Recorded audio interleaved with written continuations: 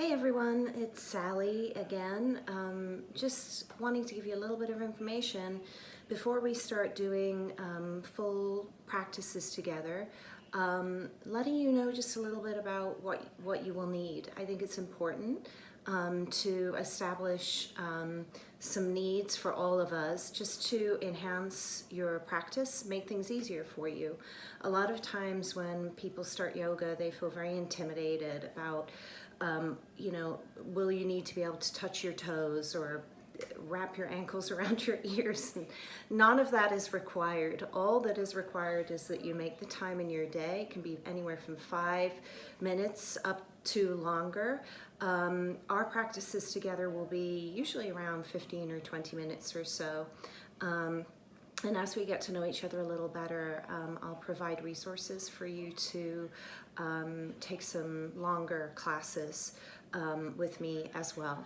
However, for now, 20-minute practices today, just really looking at the basics of what you will need. So right behind me here, and I'm going to walk over there, I have my cat, which you don't need to practice yoga, but I have my yoga mat. And these are standard size and you can get them anywhere.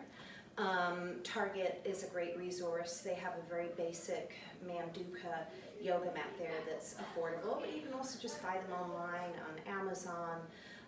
Gaiam.com is a great resource as well for a yoga mat, but you need something underneath you just to make things a little easier and to have some cushioning underneath you.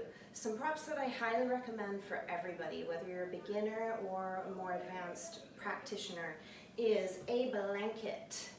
And it can be any blanket, but if you want to have something that's truly appropriate for yoga, a Mexican blanket is a great resource because they're a specific size and they're easy to fold in ways that you can use it to support your practice. But if you don't have one of these or you don't want to get one, just a bath-sized towel is just fine.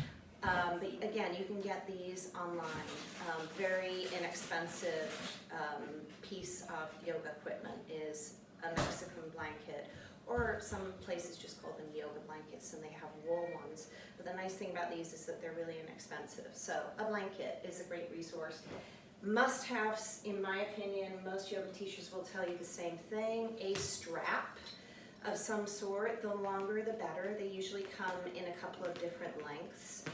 This is a shorter length, but I would encourage you to get a longer length if you can. But if you don't have some sort of a yoga strap, then a scarf, a long scarf of some sort will help you. And then these are awesome props, blocks. See these blocks. You can buy them made from foam or you can buy them made from cork. I really like the cork blocks because they have some heft to them, but it's not essential. And again, you can get these, I got these ones online at Amazon. The brand is called Manduka. I recommend getting 2, but you can just Google yoga blocks or you can go to Target and get some foam yoga blocks. I think Target sells cork as well. Cork is great just for a number of different activities and they're just really, really stable. Some yoga teachers prefer foam, but I like the cork. So 2 blocks, a strap, and a blanket are going to be 3 great things to help you enhance your practice. If you don't want to, and a mat. If you don't want to purchase those things, then you could practice yoga on a rug, if you have rugs or on carpet in your home. If you don't want to buy a blanket, substitute with a bath towel. If you don't want to buy a scarf, substitute with, don't want to buy a strap, substitute with a scarf and blocks. But if you don't want to get those, honestly, stacks of books or shoe boxes will do. These we use a lot, and as I teach, I will encourage you to use them. If you can't touch your toes, bingo. This is a lot of what we use blocks for. So you can see, as I'm standing to one side here, I can use the blocks. You can also use the blocks a lot in things like lunges. So when we come to practice together and we're doing some basic low lunges, if it's hard for you to touch the earth, blocks are a great substitute. Blankets are great for just laying underneath your head when you're lying down in a certain pose. But I don't know about you, I have very arthritic knees. So oftentimes when I'm practicing, I will lay out my blanket so that I can use that extra cushioning underneath my knees.